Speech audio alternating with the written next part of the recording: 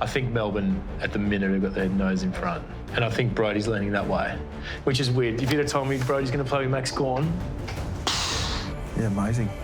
Yeah, well, he's got his head around. I think Max Gawn's been honest with him, saying, I'll play mainly forward. Yeah. Like, I'm going to play 30% ruck, 70% forward. I believe that at the time, but imagine it doesn't happen next year and then Brodie's playing forward. Nah, he'll play ruck. I reckon Max is happy to play forward. It prolongs his career. Jesus Christ, you and Maxie are going to play together.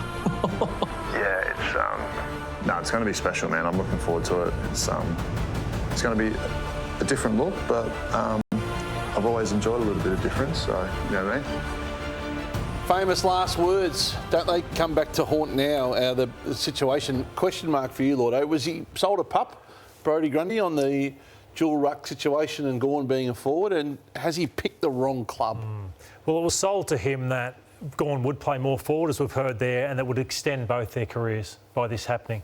But by extending his career, he may have to rot in the twos for not just this year, but next year as well, waiting for Max Gawn. He can't do that. I think it's the next month will tell the story whether he remains at the Melbourne Football Club next year. So I think that was a one-off. Gawn was outstanding, but it's hard to see how he gets back in with how well Gawn played. He was a different player. Do you think he's picked the wrong club? Oh, he'd be rucking for any other team in the competition other than Melbourne. Craig, he should be rucking for Collingwood. He could have taken a pay cut. No, they did want him. They wanted him, but not on the money, admittedly money they gave him. They did a ridiculous contract, although it seemed sensible at the time. Had he taken a pay cut, they would have happily kept him and he would have been a lot happier. And Collingwood would have loved to have kept him. He's entitled to take the money that they offered him in the first place. But wouldn't he He's only be got one happier career. now? Yeah, you don't have to take that. Well, it's not that much money. I just think he picked the wrong club. Well, it was the one club not to Port pick. Adelaide would say he should have gone to Port Adelaide. Yeah.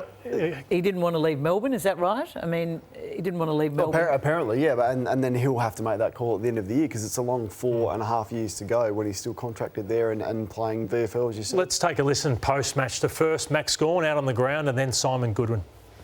Brodie's taken it like a man and he's going to go down and work on his forward craft. I've been trying my backside off, trying to kick a goal up forward the last few weeks and it just hasn't worked. But we'll alter a few things and I'm sure he'll get another chance soon. But in the meantime, it's my turn. When we are playing as a pair, I like to think finals is when big men stand up and I still can see us playing a big role towards that end of the year. So part of the plan with Brodie is to expose him at VFL footy. They've got a practice game tomorrow against St Kilda where he'll play purely as a forward and we'll continue to assess like that. We think we can turn that combination into a threat moving forward and we're going to work to do it. And it doesn't have to be at AFL level. We're still really optimistic moving forward, but we need to give it more exposure. And the way we're going to do that is via the VFL.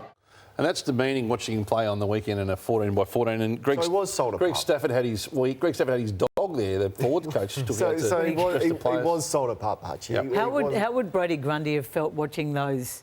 I mean, I know it was at the ground, watching those words by Max Gawn on Friday night. That would have been really tough. But I read deeper into it as well, Cara, where he says, I tried to play as a forward and it didn't work for Max. Yep. So you read between the lines that Max wanted to be the ruckman. You know, he's probably been there for 16 weeks and Grundy has had probably the worst season I've seen him play. Do you think Max has put his hand up and said... I don't know that for a fact, Hutchie, but it wouldn't surprise me if Max has said, yeah, if you want me to play my best footy, I am the number one ruckman. This isn't working. But the hard part is this guy isn't a forward. He's having Greg Stafford and his dog, buddy.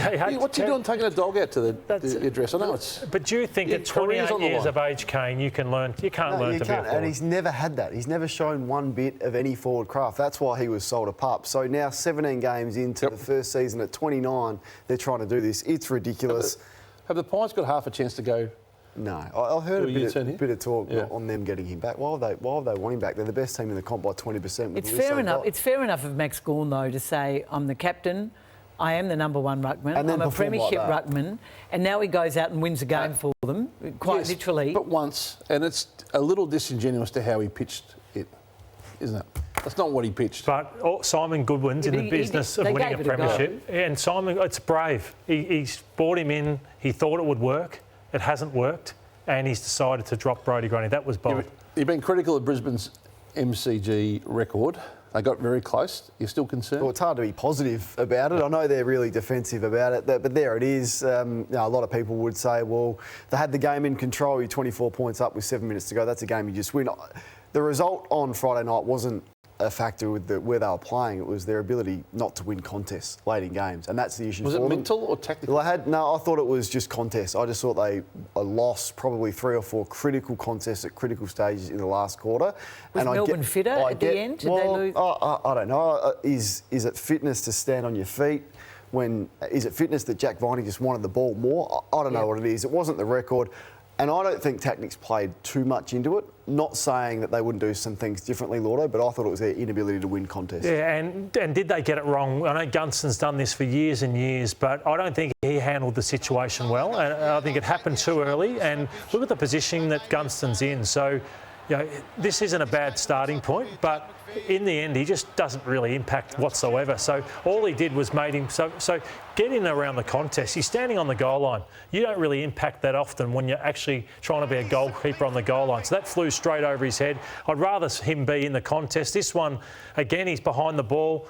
In the end, Melbourne just sent another player down there. It didn't impact once at all. So I think all they were doing was made themselves sitting ducks for too long in a game of football where they were just under siege.